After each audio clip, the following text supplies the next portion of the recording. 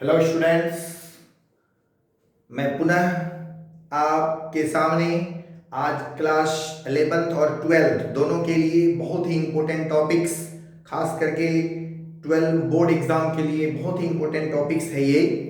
और हर तरह के एग्ज़ाम में लगभग इससे क्वेश्चन रहते हैं। 11th में तो रहते ही हैं, बोर्ड एग्ज़ाम वाले स्टूडेंट्स के लिए मोस्ट इम्पोर्टेंट है। जो हमारा टॉपिक्स है आज का वो है युग्मक जनन। वो क्या है? युग्मक जनन। जब हम लोग युग्मक जनन पढ़ लेंगे उसके बाद हम लोग एक टॉपिक डिस्कस करेंगे फर्टिलाइजेशन, क्योंकि फर्टिलाइजेशन युग्मक बनने के बाद ही होगा। तो पहले हम लोग युग्मक जनन पढ़ते हैं। इस युग्मक जनन को बाबू गैमेटोजेनेसिस, TOGENESIS, गैमेटोजेनेसिस युग्मक जनन। युग्मक जनन को एक लाइन में एकदम सरल भाषा में अगर आप कहें तो युग्मकों के बनने की प्रक्रिया को युग्मक जनन कहते हैं। Formation process of gamete is known as gametogenesis. यानी जो गैमेटोजेनेसिस है, गैमेट्स के निर्माण के बनने की जो प्रक्रिया है उसको हम लोग गैमेटोजेनेसिस कहते हैं। गैमेटोजेनेसिस की प्रक्रिया मेल बॉडी में भी होती है, फीमेल बॉडी में भी होती है। मेल बॉडी के अंदर गैमेटोजेनेसिस की प्रक्रिया को जो होती है उसको कहा जाता है स्पर्मेटोजेनेसिस, क्योंकि मेल बॉडी में गैमेट्स जो होते हैं वो स्पर्म होते हैं, तो मेल बॉडी में स्पर्म का निर्माण होता है तो स्पर्मेटोजेनेसिस। फीमेल बॉडी में ऊजेनेसिस यानी वहां पर अंडाणु का निर्माण होता है। तो इसका मतलब ये हुआ कि जो गैमेटोजेनेसिस है वो दो तरह के होते हैं, कि स्पर्मेटोजेनेसिस और दूसरा गैमेटोजेनेसिस, यानी शुक्राणु जनन और एक अंडाणु जनन। शुक्राणु जनन के फलस्वरूप मेल के अंदर शुक्राणुओं का निर्माण होगा और अंडाणु जनन के फलस्वरूप फीमेल के अंदर, मादाओं के अंदर अंडाणु यानी ओवम का निर्माण होगा। तो देखिए आप कि जो युग्मक जनन है को नॉर्मली हम लोग अगर एक लाइन में बोले तो युग्मक के बनने की प्रक्रिया को युग्मक जनन कहते हैं। जितने भी तरह के युग्मक बनते हैं वो सब के सब हैप्लोइड होते हैं। हैप्लोइड मतलब ऑर्गोनिक, नंबर ऑफ क्रोमोसोम उसके मेन बॉडी सेल से आधी हो जाती है, इसलिए उसको हैप्लोइड या ऑर्गोनिक कहा जाता है। तो जितने भी, चाहे वो शुक्राणु हो, अंडाणु हो या और भी जीवों में जो गैमेट्स बनते हैं उसके गुणसूत्र की संख्या उससे आधी हो जाती है। जैसे मनुष्यों में नॉर्मल बॉडी सेल्स में, प्रत्येक बॉडी सेल्स में गुणसूत्र की संख्या 46 होती है, तो युग्मकों में गुणसूत्र की संख्या 23 होगी। चाहे वो शुक्राणु पूछे, अंडाणु पूछे या फिर युग्मक पूछे, उसमें गुणसूत्र की संख्या 23 होती है और ये जो कोलाइडी होती है वो हैप्लोइड होती है। तो जो फॉर्मेशन प्रोसेस है, नॉर्मली में आप कहें तो formation process of gamete is known as gametogenesis कह सकते हैं। इंग्लिश में अगर एक लाइन में लिखें तो फॉर्मेशन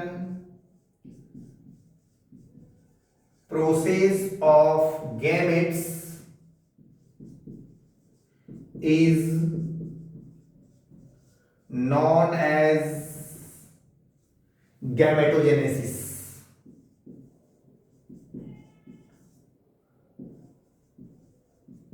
गैमेटोजेनेसिस आप ऐसे भी लिख सकते हैं, यानी शुक्राणुओं के निर्माण। किसी को अगर हिंदी में आप बोलें, थोड़ा ये एकदम शॉर्ट फॉर्म में डिफिनेशन हो गया, बट अगर एग्जाम में 2 मार्क्स के लिए एग्जाम में क्वेश्चन आता है तो आपको थोड़ा सा लिखना पड़ेगा इसको बढ़ा के।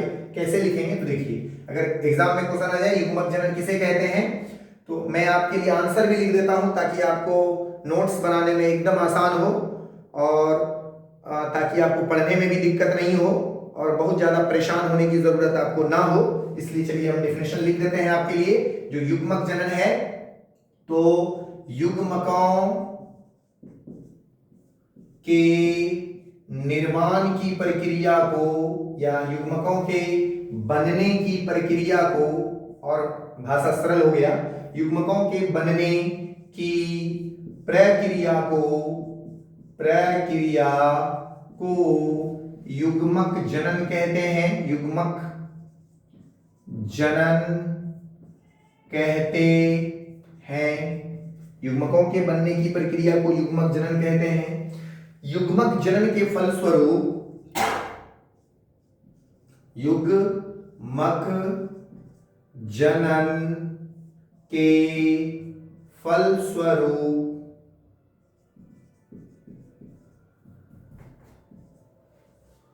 दोनों प्रकार के युग्मक युग्मक बनते हैं। दोनों प्रकार के युग्मक का कहने का मतलब यहां पर हुआ कि नर युग्मक और मादा युग्मक दोनों बनते हैं, ठीक है। तो दोनों प्रकार के युग्मक बनते हैं और दोनों ही प्रकार के युग्मक, दोनों ही प्रकार के युग्मक अगुणित, इंग्लिश में इसके लिए हैप्लॉइड वर्ड का यूज होता है और सांकेतिक भाषा में इसको स्मॉल एन से दर्शाया जाता है। दोनों ही प्रकार के युग्मक अगुणित होते हैं। नर युग्मक को शुक्राणु और मादा युग्मक को अंडाणु कहा जाता है, ये भी लिख लीजिएगा। नर युग्मक को शुक्राणु, शुक्राणु को इंग्लिश में स्पर्म कहते हैं,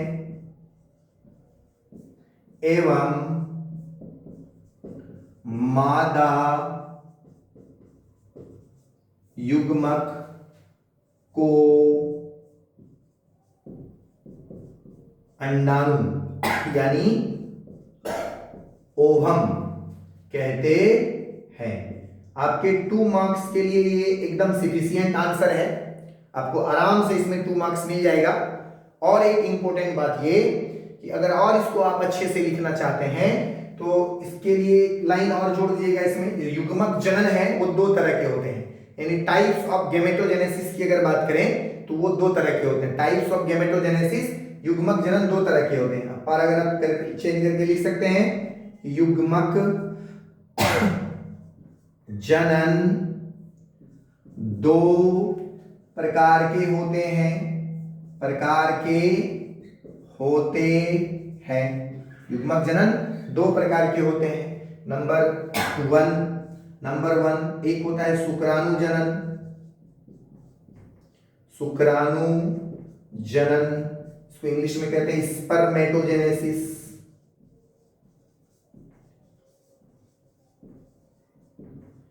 ये लॉन्ग क्वेश्चन में पूछा जाता है 5 नंबर में, शुक्राणु जनन का सचित्र वर्णन करें। हम लोग चैप्टर नंबर 3 ह्यूमन रिप्रोडक्शन में इसका पूरा डिटेल्स पढ़ेंगे और इसको हम और पूरा डिटेल से आपको अलग से इस पे एक क्लास लेंगे। तो ये एक शुक्राणु जनन है जिसको हम लोग इंग्लिश में स्पर्मेटोजेनेसिस कहते हैं। ये हमेशा नर के अंदर होता है और शुक्राणुओं के निर्माण होते हैं, ये टेस्टिस के अंदर होती है। अभी हम लोग एक फ्लो चार्ट बना देंगे। और जो दूसरा प्रकार है इसका वो है अंडाणु जनन। अंडाणु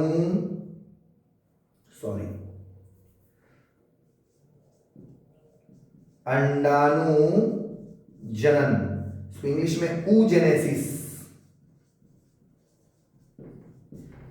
कहते हैं।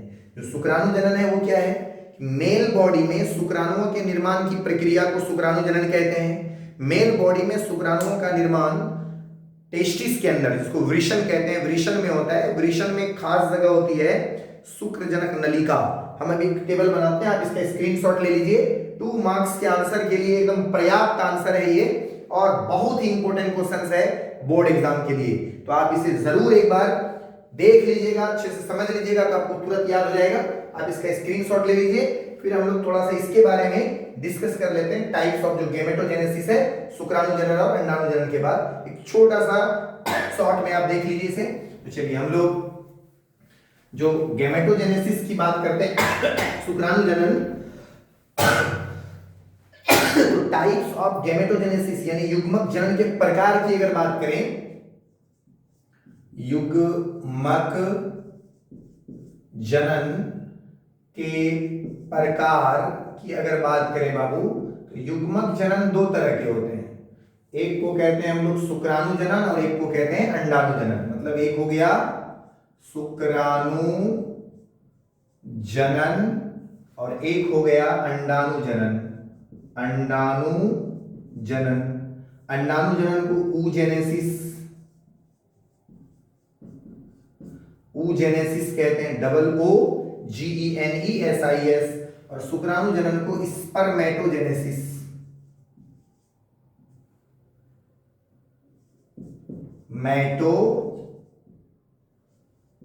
स्पर्मेटोजेनेसिस कहते हैं। एक बहुत इंपॉर्टेंट बात ये याद रखना है कि ये वाली जो घटना है शुक्राणु जनन की घटना, ये मेल के अंदर होगा। ये कहां होगा? मेल में। ये किसमें होता है बाबू? मेल में। और oogenesis की जो घटना है, अंडाणु जनन की जो घटना है, ये फीमेल में होता है। कहां होता है? फीमेल में। अब एक और इंपॉर्टेंट बात कि जो अंडाणु शुक्राणु जनन की प्रक्रिया मेल बॉडी में होगा, मेल बॉडी में ये टेस्टिस के अंदर वृषण में। कहां होगा? वृषण में। मेल बॉडी में ये कहां होगा? वृषण में। और फीमेल बॉडी में ये वाली जो होगी, ये कहां होगी? अंडाशय में। कहां होगा ये? अंडाशय में। ये फीमेल में अंडाशय में, और ये मेल के अंदर वृषण में। अब एक और स्पेशली बात याद रखिएगा कि वृषण में ये स्पेशली एक खास जगह पर होती है, जिसको हम लोग कहते हैं शुक्र जनक नलिका। शुक्र जनक नलिका, इंग्लिश में इसको कहते हैं सेमिनिफेरस ट्यूब्यूल्स। इसी को शुक्रजनक नलिका को इंग्लिश में कहते हैं सेमिनिफेरस